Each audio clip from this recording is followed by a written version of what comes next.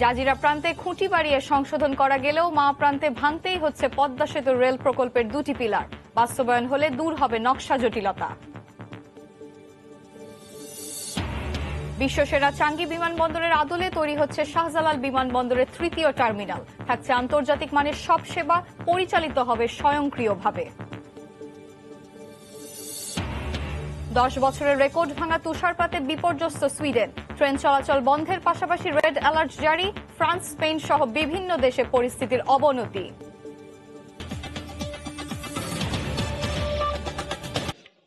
পৌরসভা নির্বাচনের সার্বিক পরিস্থিতি অত্যন্ত ভালো দাবি করে নির্বাচন কমিশন মোহাম্মদ আলমগীর বলেছেন, কমিশন নিরপেক্ষ নির্বাচনের জন্য কাজ করছে। গতকাল বিকেলে পৌর নির্বাচন নিয়ে ব্রিফিংয়ে একথা বলেন তিনি। সার্বিক পরিস্থিতি অত্যন্ত ভালো, প্রচুর ভোটার সেখানে উপস্থিত হয়েছে এবং সকাল থেকে লাইন দিয়ে তারা ভোট দিয়েছেন শৃঙ্খলভাবে। দুই একটি জায়গায় একেবারেই নগণ্য পর্যায়ে বলা চলে, কিছু দুষ্কৃতিকারী যারা থাকে সবসময় এই ধরনের সুযোগ সন্ধানী। নিরপেক্ষভাবে নির্বাচন করার দায়িত্ব হলো নির্বাচন কমিশনের, রাষ্ট্রযন্ত্রের। তারা সেই আয়োজন করেছেন। এখন যদি কেউ নির্বাচনে তার প্রতিনিধি না দেন, নির্বাচনকে বা অংশগ্রহণ না করেন, সেক্ষেত্রে তো কিছু করে না। হয়তো হতে পারে যে ওই রাজনৈতিক দলের এটা একটা নির্বাচনী কৌশল। শীতের পিঠাপুলি ও মিষ্টি তৈরির অনন্য এক উপকরণ খেজুর গুড়। শীতের ভোরে রাজশাহীতে ঘরে ঘরে তৈরি হয় এ গুড়।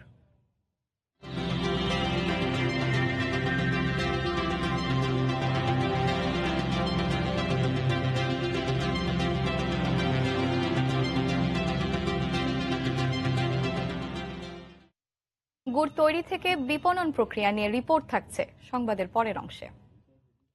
শেষ পর্যন্ত ভাঙতেই হচ্ছে পদ্মা সেতুর রেল সংযোগ প্রকল্পের দুটি পিলার।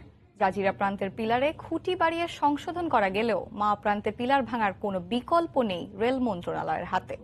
চলতি সপ্তাহে এমন সংশোধিত নকশাই তারা জমা দিয়েছে সেতু মন্ত্রণালয়।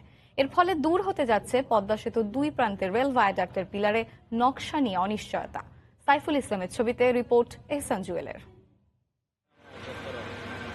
জটিলতা দেখা দেয় গত বছরের জুলাই মাসে। সড়ক থেকে সেতুতে গাড়ি ও ট্রেন উঠার জন্য যে ভায়াডাক্ট নির্মাণ করা হচ্ছে, সেখানে সেতুর দুই প্রান্তে রেলের দুইটি করে 4টি পিলারে মেলে ত্রুটি। আন্তর্জাতিক মান অনুযায়ী রেলের পিলারগুলোর নিচ দিয়ে সেতুতে গাড়ি উঠতে হলে পিলারে যে 15.5 মিটার উচ্চতা ও 5.8 মিটার প্রস্থ থাকা দরকার, তা নেই। বিষয়টি জানার পরই ত্রুটিপূর্ণ এলাকায় রেলের কাজ বন্ধ করে দেয় সেতু মন্ত্রণালয়। এ নিয়ে গত 6 মাসে জল ঘোলা হয়েছে অনেক। একটি সংশোধিত নকশা রেল মন্ত্রণালয় জমা দিলেও সেটি প্রত্যাখ্যান করে সেতু মন্ত্রণালয়। পরে বুয়েটের সহযোগিতায় 31শে ডিসেম্বর জাজিরা প্রান্তের ত্রুটিপূর্ণ দুইটি পিলারের প্রতিটিতে বাড়তি দুটি করে খুঁটি যোগ করে আরেকটি নকশা জমা দেয় রেল মন্ত্রণালয়। এবার চলতি সপ্তাহে মাওয়া প্রান্তের জন্য জমা দিয়েছে তৃতীয় নকশা। তবে এই নকশায় সেতু মন্ত্রণালয়ের চাহিদা অনুযায়ী পিলারের উচ্চতা আর প্রস্থ নিশ্চিত করতে ভাঙতে হবে দুটি পিলার। ওনাদের মতামত পাওয়ার পর সিদ্ধান্ত নিয়ে নেবো যে ভাঙতে হবে কিনা। এখন আমরা আমাদের কনসেপচুয়াল ড্রয়িংটা দিয়েছি, ওনারা কি মতামত দেয় তার উপর ডিপেন্ড করবে। আমরা ডিটেল ডিজাইনটা এখনো পাইনি। কনসেপচুয়াল ডিজাইনটা দিদি ওকে করে দিয়েছে, সেই অনুযায়ী ডিটেল ডিজাইন করছে, তারপরে বলতে পারবো। মাওয়া অংশে ভায়াডাক্টের 14 ও 15 নম্বর পিলার দুটি ভাঙতে এর মধ্যেই শুরু হয়েছে প্রস্তুতি। এই দুটি পিলারের নিচ থেকে সরিয়ে নেওয়া হয়েছে মাটি। সংশোধিত নকশায় সেতু মন্ত্রণালয়ের চূড়ান্ত অনুমোদন পাওয়া গেলেই শুরু হবে ভাঙার কাজ। জুলাই থেকে জানুয়ারি 6 মাস পর আবার কাজ শুরু হচ্ছে এই মাওয়া প্রান্তে রেলের ভায়াডাক্টের। মাওয়া ও জাজিরা দুই প্রান্তেই রেলের ভায়াডাক্টের নকশার সমাধান মেলায় হাত ছেড়ে বেঁচেছেন পদ্মা সেতুর প্রকৌশলীরা। আগামী মাসের মধ্যেই দুই প্রান্তে সংশোধিত নকশায় কাজ শুরু করার ব্যাপারে আশাবাদী রেল কর্তৃপক্ষ। এহসান জুয়েল, সময় সংবাদ, মাওয়া, মুন্সিগঞ্জ। বাংলাদেশকে দক্ষিণ পূর্ব এশিয়ায় বিমান পরিবহনের কেন্দ্রবিন্দু হিসেবে গড়ে তুলতে নির্মাণ করা হচ্ছে শাহজালাল আন্তর্জাতিক বিমানবন্দরের তৃতীয় টার্মিনাল। বিশ্বসেরা সিঙ্গাপুরের চাঙ্গি বিমানবন্দরের আদলে আধুনিক সব সুযোগ সুবিধা থাকবে এখানে। সম্পূর্ণ স্বয়ংক্রিয়ভাবে পরিচালিত 21,500 কোটি টাকা ব্যয়ের এই টার্মিনালে আন্তর্জাতিক মানের সব সেবা পাবেন যাত্রীরা। এরই মধ্যে শেষ হয়েছে 10% কাজ। দেখুন হাজেরা শিউলির রিপোর্ট। বিশ্বের শীর্ষ 10 বিমানবন্দরের মধ্যে সবচেয়ে সেরা সিঙ্গাপুরের চাঙ্গি বিমানবন্দর। সাগরের কোল ঘেঁষে নান্দনিক শৈলীতে নির্মিত এই বিমানবন্দরটি আধুনিক প্রযুক্তির সুবিধা ও সেবা দিয়ে প্রথম স্থান ধরে রেখেছে টানা 8 বছর। ভৌগোলিকভাবে আকাশপথে যোগাযোগের সুবিধাজনক অবস্থানে থাকায় এই সুযোগ লুফে নিতে চায় বাংলাদেশ। চাঙ্গি বিমানবন্দরের মতো আধুনিক প্রযুক্তির সমন্বয়ে শাহজালাল আন্তর্জাতিক বিমানবন্দরের জন্য নির্মাণ করা হচ্ছে তৃতীয় টার্মিনাল। বিমানবন্দরের দক্ষিণ পূর্ব পাশে ৩৫০০ একর জমির ওপর ১৫০০ শ্রমিকের শ্রমে দ্রুতগতিতে চলছে মেগা এই প্রকল্পের কাজ। পদ্মফুলের আদলে করা এ টার্মিনালের নকশাও করেছেন সিঙ্গাপুরের খ্যাতিমান স্থপতি রোহানি বাহারিন। এই টার্মিনালের প্রথম ধাপে থাকবে ১২টি বোর্ডিং ব্রিজ, ১৬টি লাগেজ বেল্ট, বহুতল কার পার্কিং, উড়োজাহাজ রাখার ৩৫টি পার্কিং বে ছাড়াও দ্বিতীয় ধাপে নির্মাণ করা হবে আরেকটি রানওয়ে। খুব শিগগিরই বিমানবন্দরে অত্যাধুনিক এয়ার ট্রাফিক ম্যানেজমেন্ট সিস্টেম ও র্যাডার বসবে। কর্তৃপক্ষের প্রত্যাশা, সম্পূর্ণ স্বয়ংক্রিয়ভাবে পরিচালিত তৃতীয় টার্মিনালটি চালু হলে পাল্টে যাবে শাহজালাল বিমানবন্দরের চেহারা। অতিরিক্ত প্যাসেঞ্জার বহন করা, প্যাসেঞ্জার হ্যান্ডলিং, কার্গো হ্যান্ডলিং সবকিছু হবে অটোমেটিক। এন্ট্রি এক্সিট প্রসেসগুলো সবগুলো ডিজিটাল হবে।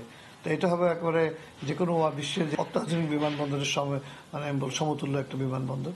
ভৌগোলিক কারণে সময় ও খরচ কম লাগায় শুধু উত্তর দক্ষিণ নয়, পূর্ব পশ্চিমের দেশগুলোর বিমান ওঠানামার কেন্দ্র হয়ে উঠবে এই বিমানবন্দর। প্যাসেঞ্জার যখন যাতায়াত করবে সে একটু কম খরচে যাতায়াত চাবে এবং ভালো কানেক্টিভিটি চাবে। People will prefer to come this side because আমাদের ইস্ট ওয়েস্ট এবং নর্থ সাউথের কানেক্টিভিটিতে কম সময় লাগবে। পুরো মিলিয়ে ওয়ার্ল্ড পপুলেশনের অলমোস্ট 40% প্লাস কভার করতে পারছেন। গত উইন্টার শিডিউল থেকে ঢাকাকে হাব হিসাবে হাব কনসেপ্টে আমরা ফ্লাইট শিডিউল ডিক্লেয়ার করেছি। অর্থাৎ আমার Toronto flight, Tokyo flight, London flight, এইগুলোর সাথে কাঠমান্ডু, ব্যাংকক, দিল্লি, ক্যালকাটা, এখানে সবগুলো ফ্লাইট 2 থেকে 4 ঘন্টার মধ্যে ইস্ট ওয়েস্টের একটা শর্টেস্ট কানেক্টিভিটি হবে। তৃতীয় টার্মিনাল চালু হলে শাহজালাল বিমানবন্দর দিয়ে বছরে 2 কোটি যাত্রী যাতায়াত করতে পারবে, আর প্রায় 2.5 লাখ বিমান ওঠানামা করবে এই বিমানবন্দরে। হাজার শিউলি, সময় সংবাদ, ঢাকা। জানুয়ারির শেষের দিকে করোনার ভ্যাকসিন দেশে আসবে বলে জানিয়েছেন স্বাস্থ্যমন্ত্রী জাহিদ মালেক। অন্যদিকে স্বাস্থ্য সচিব আব্দুল মান্নান জানিয়েছেন ফেব্রুয়ারির প্রথম সপ্তাহেই করোনার ভ্যাকসিন বিনামূল্যে দেওয়া শুরু হবে। গতকাল মানিকগঞ্জ ও গাজীপুরে আলাদা অনুষ্ঠানে বক্তব্য রাখেন তারা। আমাদের সরকার দেশের মানুষকে বিনামূল্যেই এই ভ্যাকসিনের টিকা দিতে চাচ্ছেন। কোনো প্রাইভেট সেক্টর, কোনো কোম্পানি সরকারের টিকা দেওয়ার আগেই তারা শুরু করতে পারবে না, এবং কে কিভাবে কখন শুরু করবে, কি সুযোগ পাবে প্রাইভেট সেক্টর, এটা গভর্নমেন্ট নির্ধারণ করে দিবে। আমাদেরকে জানানো হয়েছে যারা সাপ্লাই দিবে ভারত সেরাম ইনস্টিটিউট, যে এই মাসের শেষের দিকে আমরা বাংলাদেশে ভ্যাকসিন পেয়ে যাব। ভ্যাকসিন দেওয়ার জন্য একটি বিরাট কর্মযজ্ঞ সৃষ্টি করতে হবে, তার ব্যবস্থাও আমরা ইতিমধ্যে ইনশাআল্লাহ করে ফেলেছি। প্রথম সারিতে যারা কাজ করে করোনা চিকিৎসায়, তাদেরকে আগে ভ্যাকসিন দেওয়া হবে। 2-1 দিনের মধ্যেই করোনা ভ্যাকসিনের অ্যাপসের পরীক্ষামূলক কার্যক্রম শুরু করবে তথ্য প্রযুক্তি বিভাগ। পরীক্ষা নিরীক্ষা শেষে আগামী 7 দিনের মধ্যে অ্যাপটি স্বাস্থ্য অধিদপ্তরের কাছে হস্তান্তর করা হবে বলে জানিয়েছে তথ্য ও যোগাযোগ প্রযুক্তি প্রতিমন্ত্রী। যাদের ইন্টারনেট ব্যবহারের সুযোগ নেই তারা স্থানীয় ডিজিটাল সেন্টারে গিয়ে নাম নিবন্ধন করতে পারবেন বলেও জানান তিনি। গেল কয়েকদিনে দেশে আলোচনার কেন্দ্রবিন্দুতে ছিল করোনা টিকার অ্যাপ। একটি জাতীয় দৈনিক খবর প্রকাশ করে 90 কোটি টাকা ব্যয়ে এই অ্যাপটি তৈরি করছে সরকারের তথ্য ও যোগাযোগ প্রযুক্তি বিভাগ। এমন সংবাদ প্রকাশের পর থেকেই সামাজিক যোগাযোগ মাধ্যম সহ সারা দেশে সমালোচনার ঝড় ওঠে। এই সংবাদকে অসত্য উল্লেখ করে প্রতিবাদ জানায় স্বাস্থ্য অধিদপ্তর এবং তথ্য প্রযুক্তি বিভাগ। শনিবার আগারগাঁওয়ে আইসিটি টাওয়ারে ডিজিটাল বাংলাদেশের 12 বছর পূর্তি উপলক্ষে আয়োজিত সংবাদ সম্মেলনে ঘুরে ফিরে উঠে আসে করোনা টিকার অ্যাপ তৈরির প্রসঙ্গটি। তথ্য ও যোগাযোগ প্রযুক্তি প্রতিমন্ত্রী জানান, অ্যাপ তৈরিতে কোনো টাকাই চায়নি তার বিভাগ। এই ঘটনায় বিব্রত ও মর্মাহত তিনি। এটা এমন ভাবে সোশ্যাল মিডিয়াতে মানুষের কাছে আমরা বিব্রত হয়েছি যে আমাদের যারা ডেভেলপাররা দিনরাত শ্রম দিচ্ছে তারাও তো কষ্ট পাচ্ছে। আমরা আগে প্রথম টেস্টিং করব এবং এটা তৈরি হয়ে গেছে অলরেডি। আমরা 2-1 দিনের মধ্যেই এটাকে টেস্টিং এর মধ্যে যাব। প্রতিমন্ত্রী জানান, স্মার্টফোন বা ইন্টারনেট সংযোগ না থাকলেও নিকটবর্তী ডিজিটাল সেন্টারে গিয়ে যে কেউ নিবন্ধিত হতে পারবেন। যদি স্মার্টফোন কারো না থাকে, যেটা আপনি বলছেন যে এই 60% 70% লোক কি হবে, তখন তারা ডিজিটাল সেন্টারে যাবে, ইউনিয়ন ডিজিটাল সেন্টারে কিংবা সিটি কর্পোরেশন ডিজিটাল সেন্টারে, কিংবা তার সন্তান বা ভাতিজা বা প্রতিবেশী অন্য কারো সহায়তা নেবে যে আমার রেজিস্ট্রেশনটা করে দাও। আগামী 21 তারিখের মধ্যেই অ্যাপটি স্বাস্থ্য অধিদপ্তরের কাছে হস্তান্তর করা হবে বলে জানিয়েছে তথ্য ও যোগাযোগ প্রযুক্তি বিভাগ। খুব ভালো কাজ করছে। শুভ খান, সময় সংবাদ, ঢাকা। ভারতের সেরাম ইনস্টিটিউটের করোনা ভ্যাকসিন বাংলাদেশ অগ্রাধিকার ভিত্তিতে পাবে জানিয়ে ঢাকায় নিযুক্ত দেশটির হাই কমিশনার বলেছেন, ঠিক কবে আসবে প্রথম চালান তা শীঘ্রই সরকারকে জানানো হবে। গতকাল বিকেলে জাতীয় জাদুঘরে আন্তর্জাতিক চলচ্চিত্র উৎসবের উদ্বোধনী অনুষ্ঠান শেষে একথা জানান Vikram Doraiswami. There is a time schedule, I'll tell your government, not on the media. The government has priority first. The government has to have the arrangements in place first. So as soon as the government indicates that everything is ready, we'll work to delivery with them. But Bangladesh is getting it urgently. As you know, we've rolled out for the 3 lakh people today, 3 lakh doctors, and the rollout is happening in India. As we've said, vaccination is everybody's right. We will ensure that our friends and partners get it quickly. ভারতে করোনার টিকাদান শুরুর প্রথম দিনে প্রায় 2 লাখ মানুষকে vaccine দেওয়া হয়েছে। আগামী জুলাইয়ের মধ্যে 30 কোটি ভ্যাকসিন দেওয়ার লক্ষ্যমাত্রা নির্ধারণ করা হলেও প্রথম দফায় বিনামূল্যে দেওয়া হচ্ছে 3 কোটি ডোজ। এদিকে ভারতীয় প্রধানমন্ত্রী নরেন্দ্র মোদী টিকা নেয়ার পরও সবাইকে স্বাস্থ্যবিধি মেনে চলার আহ্বান জানিয়েছেন। কলকাতা থেকে সুব্রত আচার্যের রিপোর্ট, ক্যামেরায় ছিলেন বিশ্বজিৎ দাস। কাশ্মীর থেকে কন্যাকুমারী, আসমুদ্র, হিমালয়, ভারতের 37 রাজ্যে একযোগে চলছে করোনার টিকাদান কর্মসূচি। দেশটির 3006টি প্রতিষেধক কেন্দ্রে শনিবার 100 জন করে টিকা দেন। কর্তৃপক্ষ জানিয়েছে, প্রথম 7 দিনে ভারত জুড়ে 70 লাখ করোনা যোদ্ধাকে টিকার আওতায় আনা হবে। প্রথম দিন টিকা প্রদানের পর এখনো পাওয়া যায়নি কোনো পার্শ্ব প্রতিক্রিয়ার খবর। আমরা যদি 20 থেকে 30% ভ্যাকসিনেশনেও সাকসেসফুল হয়ে যাই, আমার মনে হয় যে কোভিডের যে ব্যাপারটা, কোভিড-19 এখান থেকে অনেকটাই মুক্ত হতে পারা যাবে। আমরা আমাদের অর্গানাইজেশন থেকে আমাদের এর আগে দিল্লির রাজীব গান্ধী হাসপাতালে এক পরিচ্ছন্ন কর্মীকে টিকা দেওয়ার মাধ্যমে শুরু হয় ভারতের ভ্যাকসিনেশন কার্যক্রম। এ সময় আবেগপ্রবণ হয়ে ওঠেন প্রধানমন্ত্রী নরেন্দ্র মোদী। टीका लगते ही आप असावधानी बरतने लगे, मास्क निकाल कर रख दें, 2 गज की दूरी भूल जाएं, ये सब मत करिएगा। এদিকে করোনার টিকা নিয়েও রাজনীতি শুরু হয়েছে পশ্চিমবঙ্গে। রাজ্যের চাহিদা অনুযায়ী কেন্দ্র টিকা সরবরাহ করেনি বলে অভিযোগ করেছেন মুখ্যমন্ত্রী মমতা বন্দ্যোপাধ্যায়। যদিও মমতা সরকার প্রয়োজনীয় সংখ্যক প্রতিষেধক কেন্দ্র স্থাপন করেনি বলে পাল্টা অভিযোগ পশ্চিমবঙ্গ বিজেপির। সুব্রত আচার্য, সময় সংবাদ, পশ্চিমবঙ্গ, ভারত। ব্রিটেনে দিনের পর দিন করোনা ভাইরাসের দাপট বেড়েই চলেছে। দ্বিতীয় দফার এই আগ্রাসন থেকে ব্রিটেনবাসীকে বাঁচাতে হিমশিম খেতে হচ্ছে সরকারকে।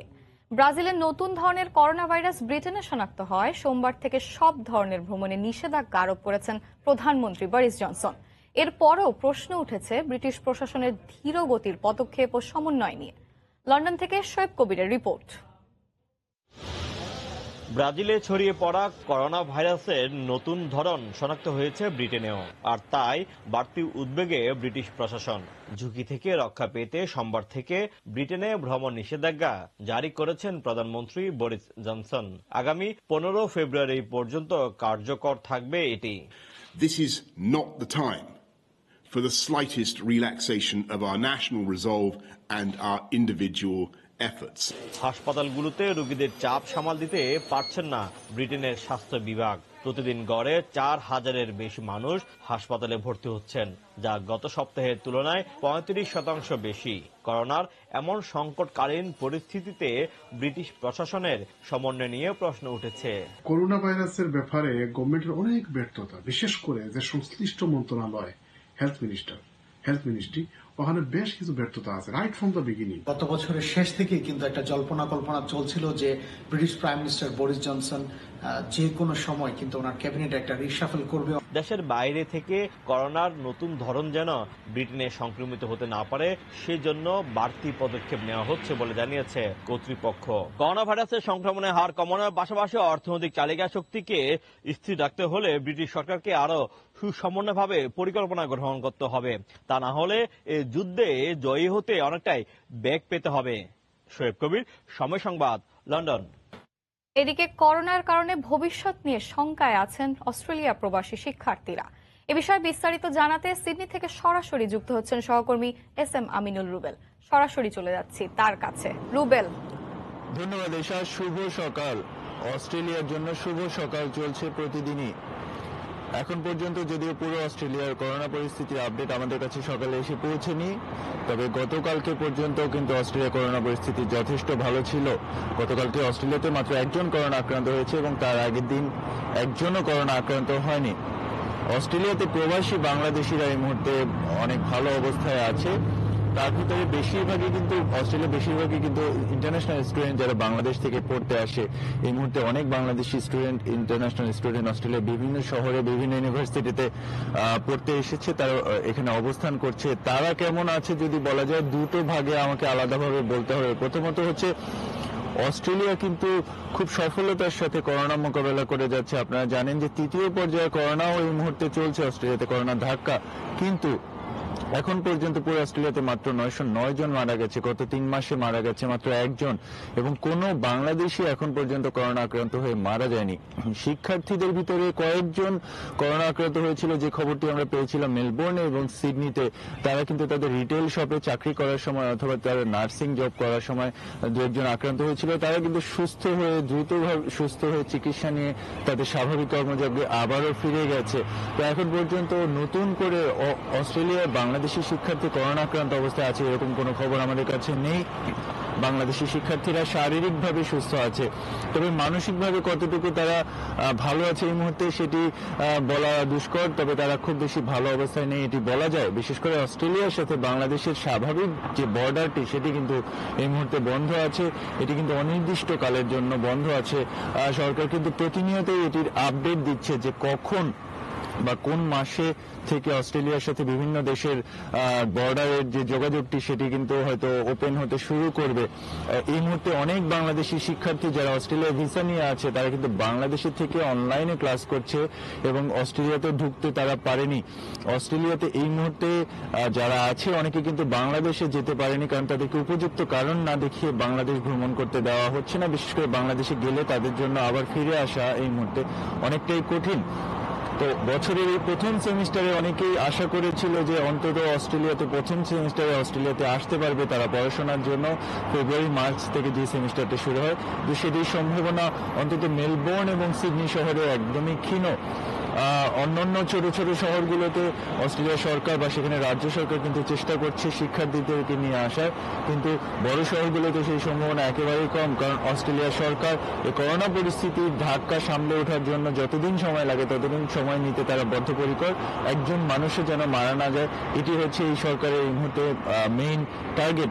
তো বাংলাদেশ থেকে শিক্ষার্থীরা যাবে, আমি তাদেরকে সাজেস্ট করবো যে যারা এখনো অস্ট্রেলিয়া ভিসার জন্য অ্যাপ্লিকেশন করেনি তাদের দ্রুততার সাথে অস্ট্রেলিয়ার পড়াশোনার জন্য, উচ্চশিক্ষার্থীর জন্য আসার জন্য অ্যাপ্লাই করা জরুরি। কারণ হচ্ছে এবছর কিন্তু অস্ট্রেলিয়া যেহেতু শিক্ষার্থী কম পেয়েছে তারা কিন্তু সুযোগ সুবিধা অনেকটাই বাড়িয়ে দিয়েছে। ভিসার যে ক্রাইটেরিয়াগুলো থাকে, যে প্রয়োজনীয় কাগজপত্র বা যা দেখাতে হয় সেগুলো কিন্তু খুব সহজ করে দিয়েছে। বাংলাদেশ থেকে শিক্ষার্থীরা অ্যাপ্লিকেশন করলে অনেকেরই ভিসা হয়ে যাবে এবং অস্ট্রেলিয়া পৃথিবীর অন্যতম একটি দেশ যেখানে কিন্তু খুব দ্রুত অস্ট্রেলিয়ার নাগরিকত্ব পাওয়া যায়। শিক্ষার্থীরা এসে এখানে পড়াশোনা শেষ করে চাকরি করতে পারে, নাগরিকত্ব পায়। এবং অস্ট্রেলিয়া আরো একটি ভালো দিক হচ্ছে যে অস্ট্রেলিয়া কিন্তু দ্বৈত নাগরিকত্ব অ্যালাউ করে। তার মানে হচ্ছে একজন বাংলাদেশি কিন্তু তার বাংলাদেশি নাগরিকত্ব বিসর্জন দিয়ে অস্ট্রেলিয়ার নাগরিকত্ব নেয় না, সে বাংলাদেশি নাগরিকত্ব পায়, দুটো পাসপোর্ট তারা সিডনি বা মেলবোর্ন ছাড়া অন্যান্য শহরে ইউনিভার্সিটিগুলিতে শিক্ষার্থী একবারেই কম। সেখানে টিউশন ফি কমিয়ে দেওয়া হয়েছে, সরকার ভিসার সুযোগ সুবিধা কমিয়ে দিয়েছে, অল্প সময়ের মধ্যে ভিসা হচ্ছে। হয়তোবা বছরের এই প্রথম সেমিস্টারটা বাংলাদেশে থেকে অনলাইনেই তাদেরকে ক্লাস করতে হবে। অস্ট্রেলিয়ায় এসে তারা হয়তো সশরীরে পড়াশোনা করতে পারবে না বা চাকরি করতে পারবে না, তবে বাংলাদেশ থেকে হয়তো আগামী সেমিস্টার যেটি জুন বা জুলাইতে শুরু হয় সেখানে কিন্তু তাদের আসার সম্ভাবনা অনেকটাই বেশি। আরও আপনাদেরকে জানিয়ে দিচ্ছি যে বাংলাদেশিরা এই মুহূর্তে আর্থিকভাবে খুব বেশি সুবিধাজনক অবস্থানে না থাকলেও মানসিকভাবে তারা সুস্থ আছে, তারা কিন্তু কেউ অসুস্থ অবস্থায় নাই। এ ছিল আমার কাছে অস্ট্রেলিয়া থেকে সর্বশেষ। ফিরে যাচ্ছি স্টুডিওতে এশার কাছে। করোনার কারণে প্রবাসী শিক্ষার্থীদের অনিশ্চিত ভবিষ্যতের সবশেষ খবর জানাচ্ছিলেন সহকর্মী SM আমিনুর রুবেল। প্রতি বর্গফুট বিজ্ঞাপনে নির্ধারিত কর 20,000 টাকা, কিন্তু আদায় দেখানো হয়েছে 800 টাকা। এভাবে 18টি প্রতিষ্ঠানের কাছ থেকে নির্ধারিত হারের চেয়ে কম বিজ্ঞাপন কর আদায় করার অভিযোগ উঠেছে ঢাকার দক্ষিণ সিটি কর্পোরেশনের বিরুদ্ধে। এতে রাজস্ব ক্ষতি হয়েছে 162 কোটি টাকা। 2018-19 ও 19-20 অর্থ বছরের রিপোর্ট পর্যালোচনা করে এ তথ্য দিয়েছে নিরীক্ষা অধিদপ্তর। বিষয়টি তাই তদন্তের দাবি জানিয়েছেন দুদকের আইনজীবী। এ ব্যাপারে তৎকালীন মেয়র বলেন, এ বিষয়ে কেউ কোনো কিছু তাকে জিজ্ঞাসা করেনি। কামরুজ্জামান মামুনের রিপোর্ট। সিটি কর্পোরেশনের আয়ের অন্যতম উৎস বিজ্ঞাপন, যার অধিকাংশই আসে বিলবোর্ড থেকে। এ ধরনের বিজ্ঞাপনে সবচেয়ে বেশি আয় ঢাকার 2 সিটির, কিন্তু এ বিজ্ঞাপনের টাকা নিয়ে 9-6 অভিযোগ কম নয়। সম্প্রতি ঢাকা দক্ষিণ সিটি কর্পোরেশনের এমন এক অনিয়মের চিত্র উঠে এসেছে নিরীক্ষা অধিদপ্তরের রিপোর্টে। অডিট রিপোর্টে বলা হয়েছে, সাইদ খোকন মেয়র থাকাকালে 2 অর্থ বছরে 18টি প্রতিষ্ঠানের কাছ থেকে নির্ধারিত হারের চেয়ে কম বিজ্ঞাপন কর আদায় করেছে দক্ষিণ সিটি কর্পোরেশন। এতে রাজস্ব ক্ষতি হয়েছে 162 কোটি টাকা। এলইডি সাইন বিজ্ঞাপন বাবদ যে 18টি প্রতিষ্ঠানের কাছ থেকে কম কর আদায় করা হয়েছে, তার মধ্যে সরকারি দপ্তরও রয়েছে। ঢাকা দক্ষিণ সিটির তৎকালীন মেয়র সাইদ খোকন বলছেন, এ বিষয়ে তার কাছে অডিট থেকে কেউ জানতে চায়নি, আর এ বিষয়ে তার বক্তব্যের কিছু নেই। আমার তো বক্তব্য কিছু নাই, এখানে অডিট যদি কোনো কিছু থাকে তো আমাকে যদি কোনো কেউ কোশ্চেন করে দেন আর দুদকের এই আইনজীবী বলছেন, অনিয়মের দায় এড়াতে পারেন না সাবেক মেয়র। তদন্তের দাবি জানিয়েছেন তিনি। তদন্ত করা উচিত, এর জন্য কারা দায়ী, এবং এখানে সর্বোচ্চ পর্যায় থেকে সর্বনিম্ন সর্বোচ্চ পর্যায়ে তো তার দায় এড়াতে পারবে না, কারণ বিষয়টি তো সর্বোচ্চ পর্যায়ের মাধ্যমেই হয়ে থাকে।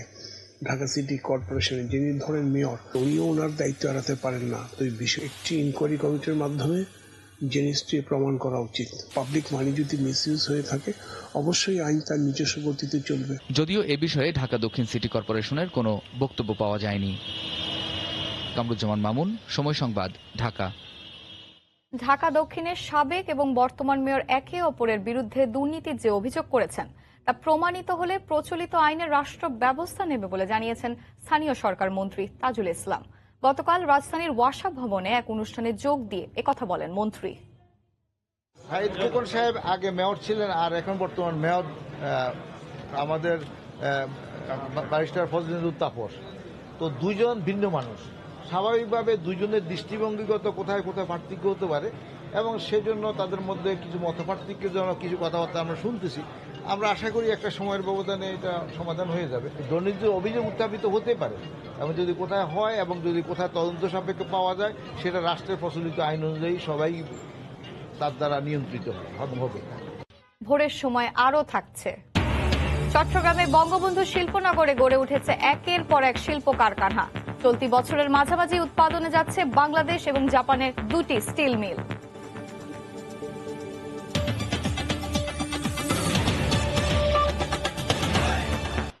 কানাডা ছাড়াও আলোচিত পিকে হালদারের কোটি কোটি টাকা পাচার হয়েছে ভারত আর সিঙ্গাপুরে। এর সঙ্গে জড়িত 83 জনের অ্যাকাউন্ট এরই মধ্যে জব্দ করা হয়েছে, এমন তথ্য হাইকোর্টে দাখিল করেছে Bangladesh financial intelligence unit BFIU। গত বুধবার হাইকোর্টে দেওয়া রিপোর্টের মাধ্যমে এর শীর্ষ অর্থ পাচারকারীদের পূর্ণাঙ্গ একটি চিত্র দিয়েছে সংস্থাটি। আগামী 20 জানুয়ারি এ বিষয়ে হাইকোর্টের একটি দ্বৈত বেঞ্চ শুনানি হবে। সম্প্রতি যেসব আর্থিক অনিয়ম হয়েছে তার মধ্যে সবচেয়ে আলোচিত নাম প্রশান্ত কুমার হালদার। এরই মধ্যে তার বিরুদ্ধে রেড নোটিশ জারি করেছে ইন্টারপোল। দেশে থাকা পিকের সহযোগীদের জিজ্ঞাসাবাদ করছে দুদক। এরই মধ্যে পিকে হালদার ইস্যুতে তার মামাতো ভাই শঙ্খ ব্যাপারী ও পিকের কথিত বান্ধবী অবন্তিকা বড়ালকে গ্রেফতার করা হয়েছে। সময় সময় আরও থাকছে। উত্তরাঞ্চল সহ দেশের বিভিন্ন স্থানে বেড়েছে শীতের তীব্রতা। হাড় কাঁপানো ঠান্ডায় বিপর্যস্ত জনজীবন, সবচেয়ে বিপাকে ছিন্নমূল মানুষ।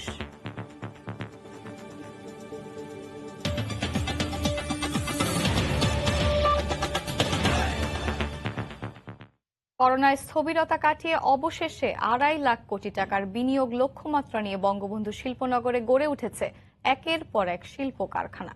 চুক্তি হওয়ার সঙ্গে সঙ্গে বুঝিয়ে দেওয়া হচ্ছে কারখানা স্থাপনে নির্ধারিত স্থান।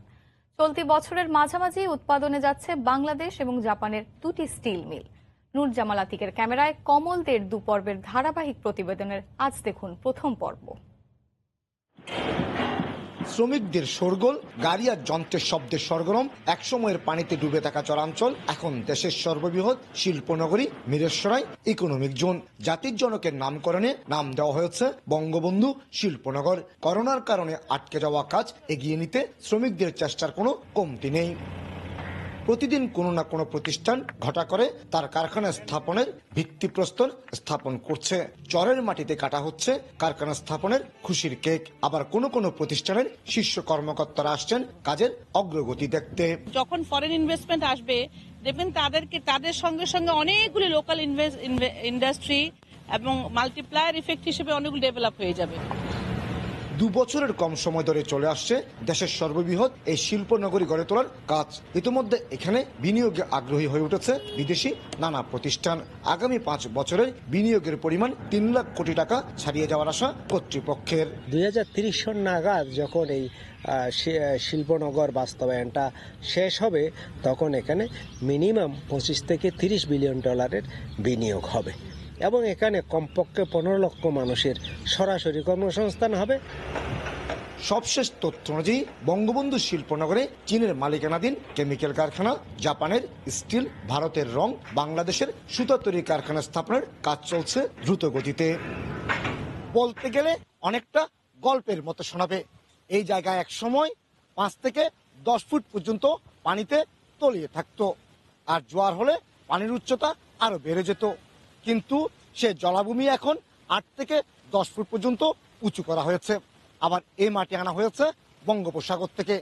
বঙ্গোপসাগর থেকে আনা নতুন ভূমিতে উঠছে একের পর এক শিল্প কারখানা। বলা হচ্ছে চলতি বছরেই অধিকাংশ শিল্প কারখানা উৎপাদনে যাবে। বঙ্গবন্ধু শিল্পনগর থেকে কমল দে, সময় সংবাদ। উত্তরাঞ্চলের শীতের খবর জানাতে রংপুর থেকে সরাসরি যোগ দিচ্ছেন রিপোর্টার রতন সরকার এবং ঠাকুরগাঁও থেকে যুক্ত হচ্ছেন সহকর্মী জিয়াউর রহমান বকুল। শুরুতে যাচ্ছি রতন সরকারের কাছে।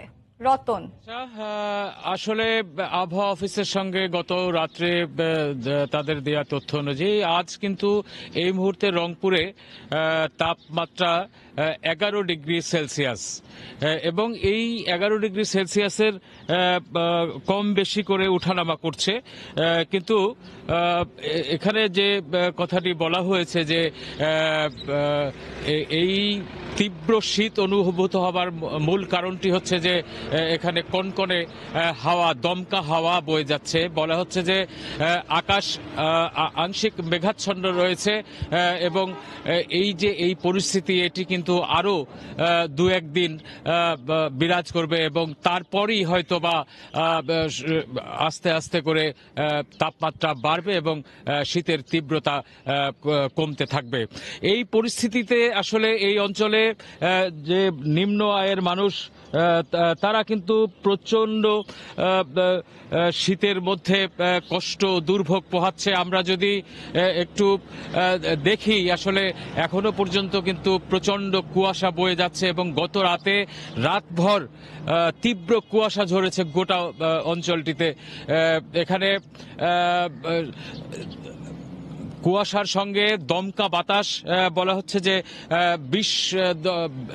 4.7 কিলোমিটার বেগে কিন্তু এখানে দমকা বাতাস বইছে, যার কারণে শীতের অনুভূতিটি অনেক তীব্র হচ্ছে। যদিও তাপমাত্রা কিন্তু খুব একটা কমে গেছে তা কিন্তু না, যেটি গতকাল 11 ডিগ্রি সেলসিয়াস তাপমাত্রা কিন্তু এখানে রেকর্ড করা হয়েছে এবং আজও একই ধরনের তাপমাত্রা তাপমাত্রা এখানে থাকবে বলে বলা হয়েছে।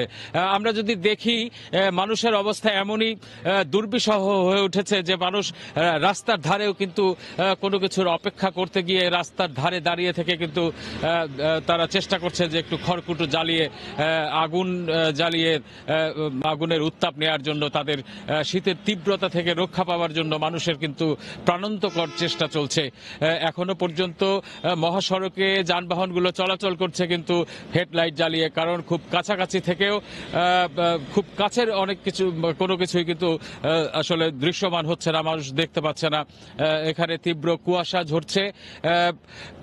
আমরা জানি যে এই অঞ্চলটি আসলে অভাবপীড়িত অঞ্চল হবার কারণে কিন্তু এখানকার মানুষের শীত নিবারণের জন্য শীত বস্ত্রের অভাব রয়েছে, যার কারণে কিন্তু এখানকার মানুষের কষ্টের মাত্রাটা অনেক বেশি দাঁড়ায়। শ্রমজীবী মানুষরা তাদের প্রচণ্ড কষ্ট নিয়ে কিন্তু প্রতিদিন ভোরবেলা রাত পোহাবার আগেই কিন্তু অনেক মানুষ তাদের জীবিকার তাগিদে রাস্তায় নেমে পড়ে। তো এই পরিস্থিতিতে তীব্র শীতের মধ্যে কিন্তু তাদের গরম কাপড়ের অভাব, সেই অবস্থায় কিন্তু তাদের দুর্বিষহ হয়ে ওঠে জীবন এবং তাদের জীবিকার জন্য তারা বাধ্য হয়ে মাঠে নামতে।